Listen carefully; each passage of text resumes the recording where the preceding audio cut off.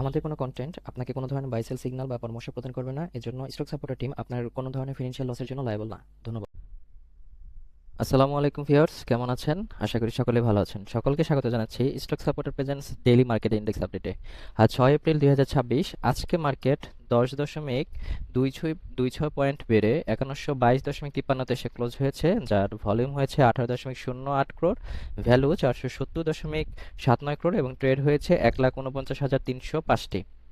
Market ট্রেন্ডে আজকে 149টি stock up ট্রেন্ডে আছে, নিউট্রালে আছে 68টি এবং ডাউন ট্রেন্ডে 172টি। Market sentiment neutral. Top stock gainer আছে Tunghai Knitting, BD Autocars, Dominage, Family Tex, এরপর আছে ট্রাস্ট ব্যাংক মিউচুয়াল ফান্ড। অন্যদিকে টপ স্টক ক্লোজার আছে Prime Finance, Pioneer Insurance, Fareast Finance, First Finance, People Leasing. Top sector by গেইনে আছে general insurance, এরপরে আছে textile, engineering, pharmaceuticals and chemicals. অন্যদিকে top sector by ভ্যালুতে আছে pharmaceuticals and chemicals, engineering, general insurance, bank. আজকে ব্লকে সবচেয়ে বেশি ট্রানজ্যাকশন হয়েছে স্ট্যান্ডার্ড ব্যাংক লিমিটেড এই স্টকটির, এরপরে আছে আলারফা, ডোমিনাজ। তো চলুন আমরা সুপার চার্টসে চলে যাই। সুপার চার্টসে আমাদের লেআউটটি লোড করে নেই।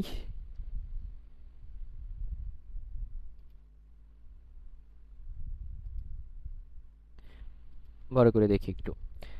তো এখানে দেখছি যে আরএসআইটা 40-এর ঘরে এবং হচ্ছে ম্যাকডি বাইং সেলিং প্রেশারটা ধীরে ধীরে বাড়ছে। তো আমরা এটা না দেখে আমাদের বর্তমান ক্যান্ডেলস্টিকের যে অবস্থান আছে সেটা আমরা দেখতে পারি। তো এখানে দেখছি যে আসলে মার্কেট এই পর্যন্ত ওঠার পরে যখন আমাদের 15 মার্চের দিকে কিন্তু একটা এখানে পায়ারসিং ক্যান্ডেল হয়েছিল। এই পায়ারসিং ক্যান্ডেল হওয়ার পরে বা এই ইন্ডিকেটরটা যেটা দিয়েছে, যখন পায়ারসিং ক্যান্ডেল হয়েছে তখন কিন্তু বোঝা গিয়েছে যে মার্কেট আসলে নিচের দিকে যাবে এবং সেক্ষেত্রে এই পর্যন্ত আসার কথা ছিল, যেটা ছিল 5243, এই জায়গাটাতে আসার কথা ছিল।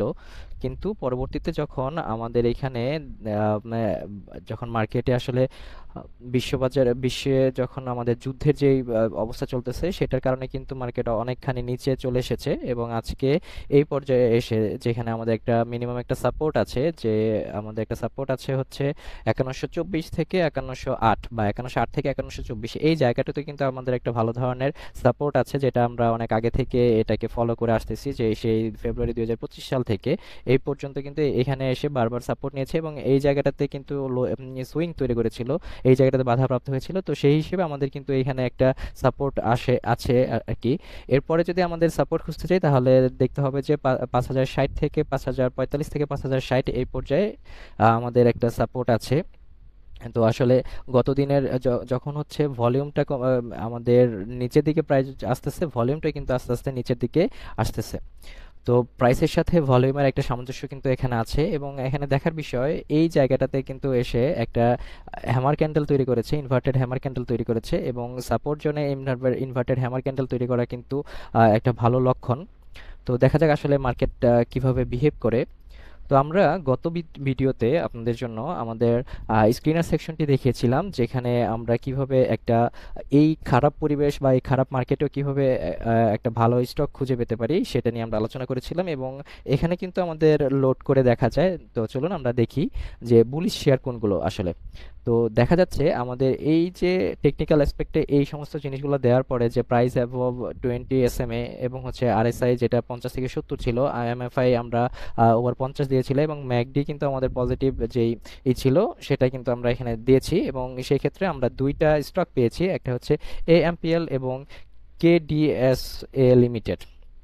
এই দুইটা যে আলমদিনা ফার্মাসিউটিক্যালস লিমিটেড, এখানে যদি আমরা এখান থেকেই সরাসরি আমরা যদি দেখি চার্টে, যে দেখুন এখানে লম্বা সময় ধরে ভলিউম কিন্তু এখানে ছিল না এবং এটা একটা নির্দিষ্ট একটা রেঞ্জে ঘোরাঘুরি করেছে এবং এই রেঞ্জটাতে যখন ভলিউম নিয়ে এখন কিন্তু একটা ভলিউম নিয়ে উপরের দিকে আছে এবং সেটা যেটা আমরা দেখছি যে আসলে আমাদের গত 20 দিনের যে এসএমএটা আছে সেটাতে কিন্তু আমাদের এখানে একটা পজিটিভনেস দেখিয়েছে এবং এটা যদি আরো বিস্তারিত আলোচনা করা যায় তাহলে আমাদের চার্টে যেতে হবে।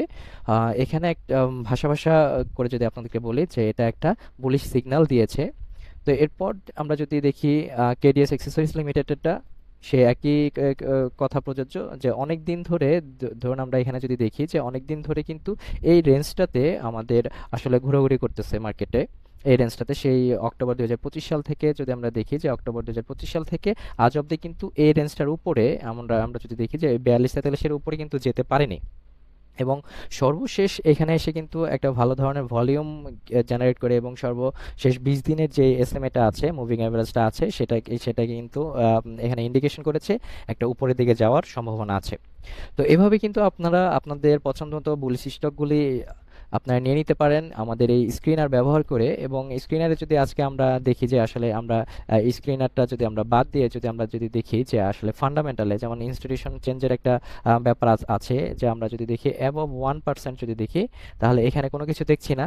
তো আমরা যদি এটাকে আবার প্রথম থেকে ট্রাই করি, প্রথম থেকে যদি আমরা ট্রাই করি, তাহলে এখানে ফান্ডামেন্টাল ইনস্টিটিউশন শেয়ার যেগুলো চেঞ্জ হয়েছে, ধরুন 1%-এর উপরে যেগুলি চেঞ্জ হয়েছে, আমাদের এখানে কিন্তু দেখা যাচ্ছে যে 47টা। তো এর মধ্যে আমাদের যে স্টকগুলো আছে এবং এটা দেওয়ার পরে কিন্তু আমরা আবার এই টেকনিক্যাল অ্যাসপেক্টে কিন্তু এটা আবার দেখতে পারবো যে আসলে প্রাইস এবং এটার উপরে কোনটা কোনটা আছে, এই সমস্ত জিনিসগুলো দেখে কিন্তু আমরা এখানে ট্রেড নিতে পারবো। তো সবাই ভালো থাকুন। আসসালামু আলাইকুম।